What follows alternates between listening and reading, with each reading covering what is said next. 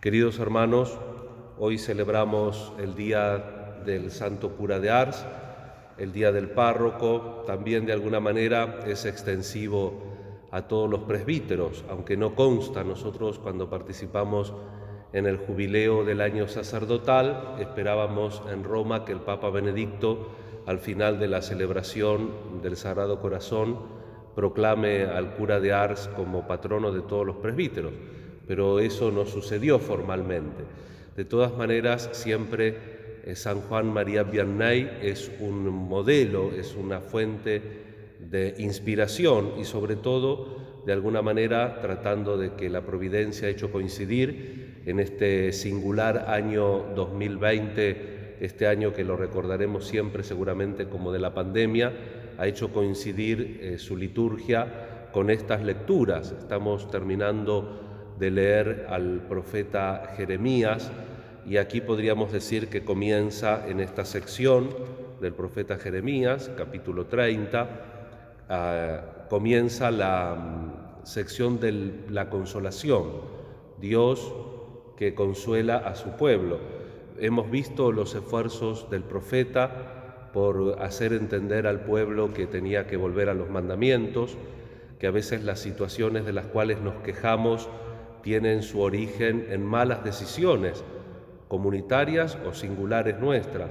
Trató también de convencer a los gobernantes de que no se engañen y que no quieran hacer estrategias humanas, porque Dios es el Dios del pueblo. Yahvé es el Padre de Israel y tampoco tuvo suerte, porque inclusive los gobernantes se granjearon profetas a su medida, como veíamos ayer con Ananías. Y el profeta no es que desee una cosa u otra, sino que el profeta ve lo que va pasando y más o menos desde un punto de observación, que además en este caso está con la gracia de Dios, que está iluminado porque Jeremías es un profeta auténtico, hace que la visión y la razón natural, más el añadido de la gracia de Dios, le dé una visión clara de lo que va a pasar con ese pueblo. Y hoy lo dice así de una manera poética y dramática a la vez. Tu herida es incurable, irremediable tu llaga. Nadie defiende tu causa, no hay remedio para tu herida, tú ya no tienes cura. Pero lejos de cerrar el capítulo y decir, bueno, o te lo dije, o ahora anda a cantarle a Gardel, diríamos nosotros, el profeta comienza esta sección que se llama precisamente de la consolación. Todos tus amantes te han olvidado, los dioses falsos, ya no se interesan por ti, porque yo te he golpeado como golpea un enemigo, con un castigo cruel a causa de tu gran iniquidad, porque tus pecados eran graves, yo te hice todo esto. Así habla el Señor, sí, yo cambiaré la suerte de las carpas de Jacob y tendré compasión de sus moradas. La ciudad será reconstruida y el palacio se levantará. De allí saldrán cantos de alabanza y risas estridentes.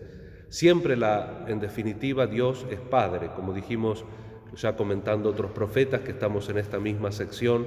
Dios en definitiva es un perdonador serial, pero en este caso no agrega a Él, no pone algo que no estaba, sino que deja que las causas segundas, que las malas decisiones de los individuos y de la sociedad en su conjunto y en sus extractos tengan los fines o las causas, tienen los efectos propios que se han puesto.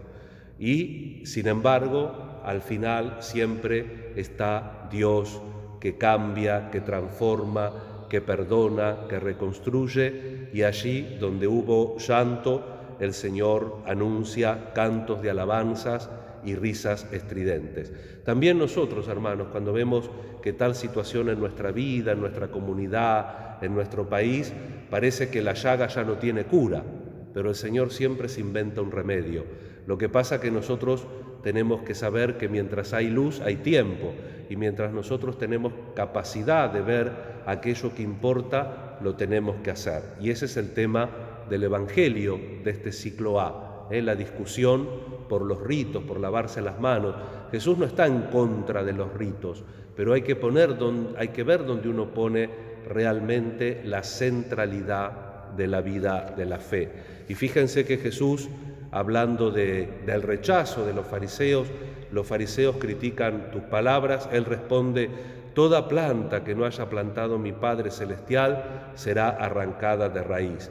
Déjenlo, son ciegos que guían a otros ciegos.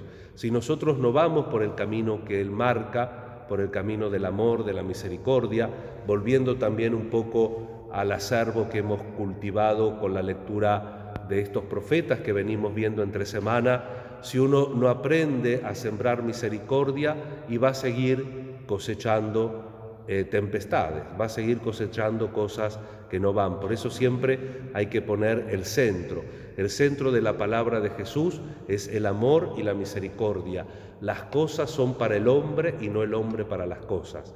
Pero para eso tenemos que salir otra vez de la idolatría y poner a Dios en el lugar que tiene que estar. Y no hay dos sin tres.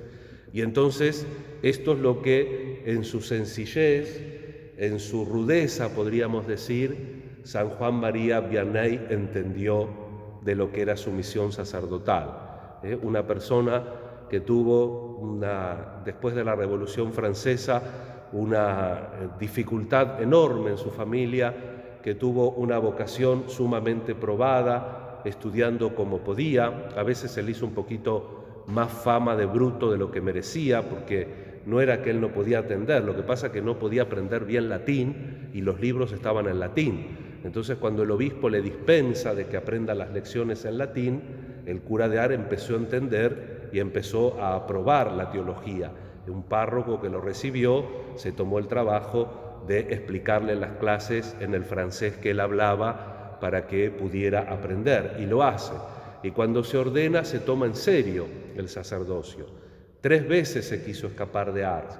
La primera es la famosa que se encuentra con el niño cuando se escapa, y él se está yendo de Ars y el niño iba a Ars, es Jesús, ¿no?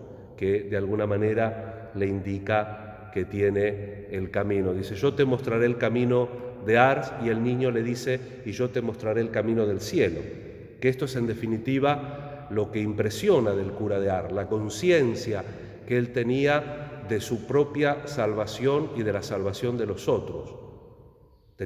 Pensamos en la salvación. Claro, el tema es que no nos gusta pensar en la muerte, pero digo, Dios es misericordioso, pero el tema es que vemos, y de sobrada, si uno sin ningún tipo de ideología se mete en la Escritura, uno se da cuenta que Dios te da el camino, pero te da la libertad. Él no te lleva de las narices por el camino que Él cree. Y por eso nosotros tenemos que pensar seriamente en nuestra salvación. Y por eso todo eso pesó en la vida del cura de Ars. Y todo fue relativizado por eso. Los dolores que él tenía, la falta de sueño, la humedad que había, ya recién de muy viejo, medio como que se hacía el tonto, que le ponían el brasero en el confesionario, porque cuando se daba cuenta lo hacía sacar. Pero ¿por qué resignaba todo eso? Siempre por un bien mayor y siempre por el bien de las almas. Así como cuando él estaba solo, inclusive calumniado, nadie lo buscaba, cuando todos lo empiezan a buscar, aún así todos lo empiezan a envidiar, cuando no tenía vida propia, porque lo único que hacía era confesar, hacer las catequesis al pueblo. Tenía el problema de cuando estaba tanto sentado, como tenía tantas hernias en la espalda que le costaba levantarse, y entonces era todo un trabajo ímprobo el levantarse del confesionario y cruzar al patio, que hasta que se dio cuenta que, como la gente era muy supersticiosa, agarraba, se metía las manos en el bolsillo, sacaba un puñado de medallas y las tiraba así, y la gente se tiraba a buscar las medallas para él poder pasar, porque además la gente, si él no tiraba las medallas, le empezaba a cortar la sotana, y encima no quería tener sotana y se las remendaba él, que sentado seguramente en los remiendos hasta le harían alguna lastimadura. Un cura que acepta el honor que le da el obispo de ser canónigo, pero agarra la museta que era de Arminio, que salía unos dineros, y se la vende a una señora que siempre lo ayudó. La señora obviamente que le dio mucho más de lo que valía y guardó la museta como reliquia, ¿no es cierto? Pero quiero decir, él todo lo ponía en base a lo principal. No colaba el mosquito, sino que él se dedicaba a lo principal. Y sus penitencias, su comer, hervía batatas y las papas y le duraba toda la semana. Muchas veces cuando lo venían a visitar no sabían de dónde, pero sacaba una comida exquisita, porque el verdadero santo hace penitencia a él, no hace hacer penitencia a los otros. Entonces, desde su sencillez, desde su absoluta pobreza, era un modelo en la fidelidad a la liturgia, al culto. Ahora se me fue de la cabeza el famoso predicador Busset, y al arzobispo de Lyon le preguntaban dónde aprender liturgia, dónde aprender celebrar misa, y le decían vayan a Ars, por los ornamentos, por los cálices que había, por la forma. Y después cómo todo, en definitiva, claro, desde la óptica del santo, y con esto termino, cómo todo se focalizaba. Dicen que los últimos años siempre terminaba hablando de la Eucaristía, y la mayor parte de las veces no podía terminar la catequesis porque se emocionaba y lloraba lágrimas a balde, precisamente por el amor que Dios tiene, que baja a nosotros en la Eucaristía, porque como él decía, no somos dignos, pero lo necesitamos. Así que le pedimos también al cura de Ars que interceda por nosotros para que podamos cimentar nuestra vida social, como nos enseña Jeremías, para que podamos no ser fariseos y ir a lo esencial, como nos enseña Jesús en el Evangelio, y para que realmente nos preocupemos por la salvación y la de los otros, como hacía San Juan María Vianney. Que así sea.